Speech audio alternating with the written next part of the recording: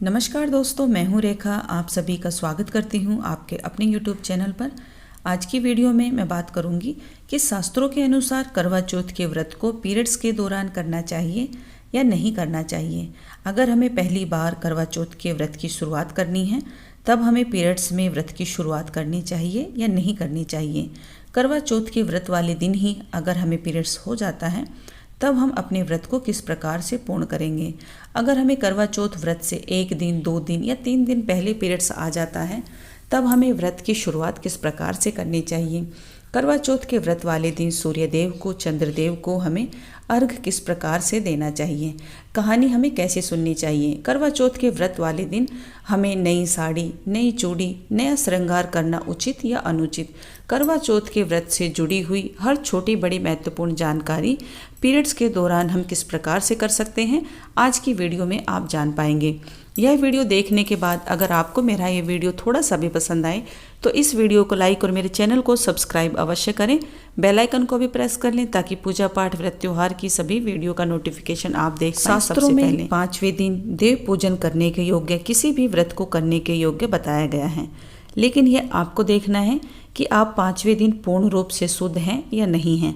अगर आप पूर्ण रूप से शुद्ध हैं तो आप करवा चौथ के व्रत को निसंकोच कर सकते हैं, पूजा भी कर सकते हैं। अगर करवा चौथ के व्रत वाले दिन आपके पीरियड्स का दूसरा, तीसरा या चौथा दिन है तो आपको व्रत तो अवश्य रखना है, लेकिन आपको पूजा नहीं करनी है।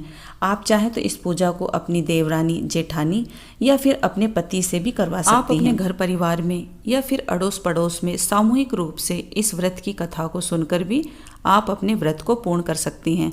जरूरी नहीं है कि आप इस व्रत की पूजा करें तभी आपका व्रत पूर्ण होगा। आप सामूहिक रूप से इस व्रत की कथा को सुनकर भी आप अपने व्रत को पूर्ण कर सकती हैं। दोपहर के समय काफ़ी स्थानों पर इस व्रत की कथा को सुना जाता है। आप भी सामूहिक रूप से इस व्रत की कथा को सुन सकती हैं।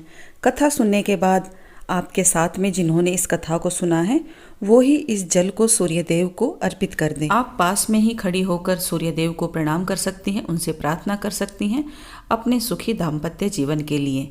इसी प्रकार शाम के समय जब चंद्रदेव उदय हो जाएं तो चंद्रदेव के उदय होने पर आप अपने पति से, किसी देवरानी जेठानी से भी 1 लोटा जल चंद्रदेव को अर्पित करवा सकती हैं और पास में ही आप खड़ी होकर चंद्रदेव को प्रणाम करें और चंद्रदेव से ऐसी प्रार्थना करें कि हे चंद्रदेव, हमारे दाम्पत्य जीवन को सुखमय बनाएं, मेरे पति की दीर्घायु करें और हमारा दाम्पत्य जीवन खुशियों से भरपूर हो। इसके बाद आप अपने पति के चरण स्पर्श करके उनसे आशीर्वाद लें और उनके हाथों से जल, मिठाई खाकर आप अपने व्रत को खोल लें। बिल्कुल इस तरह से आप अपने व्रत को भी पूर्ण कर पाएंगे और आपको कोई दोष भी नहीं लगेगा। अगर आप पहली बार व्रत करने की सोच रहे हैं तो अगर आपको पहली बार व्रत करते समय पीरियड्स आया हुआ है तो शास्त्रों में ऐसा वर्णन किया गया है कि किसी भी व्रत की शुरुआत इन अशुद्धि के दिनों में नहीं करनी चाहिए। तो आप देख लें, अगर आपके घर परिवार में व्रत की शुरुआत इन दिनों में कर लेते हैं तो निसंकोच आप कर सकते हैं, लेकिन अशुद्धि के दिनों में किसी भी व्रत की शुरुआत आपको नहीं करनी चाहिए।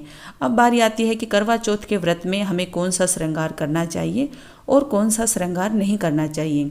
देखिए, करवा चौथ का व्रत हो या कोई भी व्रत हो, अगर हमें पीरियड्स आया हुआ है तो हमें नए कपड़े, नए गहने, नई ज्वेलरी, नया श्रृंगार करने से हमें अवश्य ही बचना चाहिए। जो भी आपने पहले से इस्तेमाल किया हुआ है, जैसे आप पहले की पहनी हुई साड़ी को धुलकर साफ करके पहन सकते हैं। आपका कोई ऐसा सेट चूड़ियों का जरूर घर में रखा होगा जो आपने 1-2 बार ही पहना हो, आप उसे पहन सकते हैं। आप कोई भी नया श्रृंगार पीरियड्स के दौरान ना करें। जो भी पहले से श्रृंगार का सामान आपके घर में रखा हुआ है वो सभी 16 श्रृंगार आप आज के दिन कर सकती हैं। इसमें किसी प्रकार की कोई मनाही नहीं है, कोई दिक्कत नहीं है। और यह जरूरी नहीं कि हर बार करवा चौथ के व्रत पर आप नया श्रृंगार का सामान खरीदें और वही आप इस्तेमाल करें। पहले से रखा हुआ कोई भी सामान आप यूज कर सकते हैं। और करवा चौथ के व्रत में 16 श्रृंगार करने का विशेष महत्व बताया गया है। करवा चौथ के व्रत वाले दिन आप 16 श्रृंगार अवश्य करें, क्योंकि करवा चौथ का व्रत 16 श्रृंगार के बिना अधूरा ही माना गया है। तो 16 श्रृंगार में कौन कौन से श्रृंगार है आप नोट करना चाहें तो वो भी कर सकते हैं। सबसे पहले है बिंदी, कंगन या चूड़ी, आप जो भी पहनते हैं, आप पहले से पहनी हुई रखी हैं तो आप वो भी पहन सकते हैं। इसके साथ ही सिंदूर, काजल, मेहंदी, लाल कपड़े, गजरा, मांग टीका, नथ या फिर नाक की बाली, कान के झुमके, हार या मंगलसूत्र, बाजूबंद, अंगूठी, कमरबंद, पायल और बिछिया, ये 16 श्रृंगार हैं जो करवा चौथ के व्रत में आपको निश्चित तौर पर करने चाहिए। इस तरह से आप निसंकोच करवा चौथ के व्रत को कर सकते हैं। करवा चौथ के व्रत में सासू माँ को बायना भी निकाल कर दिया जाता है। आप सासू माँ को बायना भी निकाल कर अवश्य दें। अगर आपकी सासू माँ नहीं है तो यह बायना आप अपनी जेठानी, नंद, चाची सास या ताई सास को भी दे सकती हैं। बायने में साड़ी, सूट, आप कुछ भी रख सकते हैं जो आपकी सासू माँ पहनती हों, और इसी के साथ आपको 16 श्रृंगार रखना है। अगर आप 16 श्रृंगार रखते हैं तो अति उत्तम। अगर 16 श्रृंगार आपके पास नहीं हैं तो कम से कम 5 या 7 श्रृंगार की वस्तुएं रखकर आप अपनी सासू माँ के चरण स्पर्श करके उनसे आशीर्वाद जरूर लें। करवा चौथ के व्रत में जो भी आपके अपने घर के बड़े हैं उनसे सभी से आपको आशीर्वाद लेना चाहिए। आशीर्वाद में वो शक्ति हैं कि जो देवी देवताओं के व्रत करने से ही हमें मिलती हैं। करवा चौथ का व्रत हो या कोई भी व्रत हो, बड़ों के आशीर्वाद के बिना भी यह व्रत अधूरा ही माना गया है। इस तरह से आप अपने करवा चौथ के व्रत करें। और करवा चौथ के व्रत को करने का भी कुछ नियम बताया गया है कि आपको सुबह सवेरे जल्दी उठना चाहिए।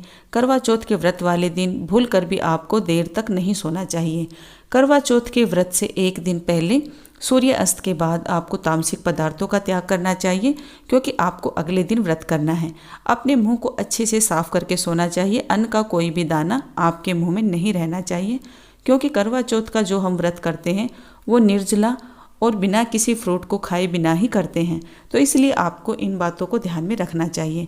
करवा चौथ के व्रत वाले दिन आपको भूल कर भी दिन में नहीं सोना चाहिए। करवा चौथ के व्रत की पूजा भगवान शिव, माता पार्वती और गणेश जी के लिए रखी जाती हैं। आप पीरियड्स के दौरान इनकी पूजा तो नहीं कर सकते, लेकिन कम से कम मानसिक रूप से इनका नाम जाप तो कर सकते हैं। आपको आज के दिन इनके नाम का जाप अवश्य करना चाहिए। आपको पूर्ण रूप से लाभ अवश्य मिलेगा। और हमारे हिंदू धर्म में मानसिक जाप की महिमा सर्वोत्तम बताई गई है। अगर आप किसी वजह से पूजा ना भी कर पाएँ तो आपको भगवान शिव के, माता पार्वती के, भगवान गणेश जी के मंत्रों का जाप अधिक से अधिक करना चाहिए। उठते बैठते लेटते आपको इनका नाम का, इनके ध्यान का स्मरण अवश्य ही करना चाहिए। आपको आपके व्रत का पूर्ण रूप से लाभ निश्चित तौर पर प्राप्त होगा। आज के दिन किसी की निंदा, बुराई, चुगली भूल कर भी नहीं करनी चाहिए। यहाँ तक कि फ़ोन पर भी इधर उधर की बातें करने से बचना चाहिए। आज के दिन कोशिश करें कि शिव मंत्रों का जितना आप जाप कर सकते हैं अधिक से अधिक करें। इस प्रकार से आप अपने करवा चौथ के व्रत को पूर्ण करें। आशा करती हूँ यह वीडियो आप सभी के लिए उपयोगी होगा। अगर आपको मेरा यह वीडियो पसंद आए तो कृपया करके वीडियो को लाइक और चैनल को सब्सक्राइब अवश्य करें। बेल आइकन को भी प्रेस कर लें ताकि पूजा पाठ, व्रत, त्योहार की सभी वीडियो आप देख पाएँ सबसे पहले। मिलती हूँ इसी तरह की एक महत्वपूर्ण वीडियो के साथ। तब तक के लिए हर हर महादेव, जय भोलेनाथ।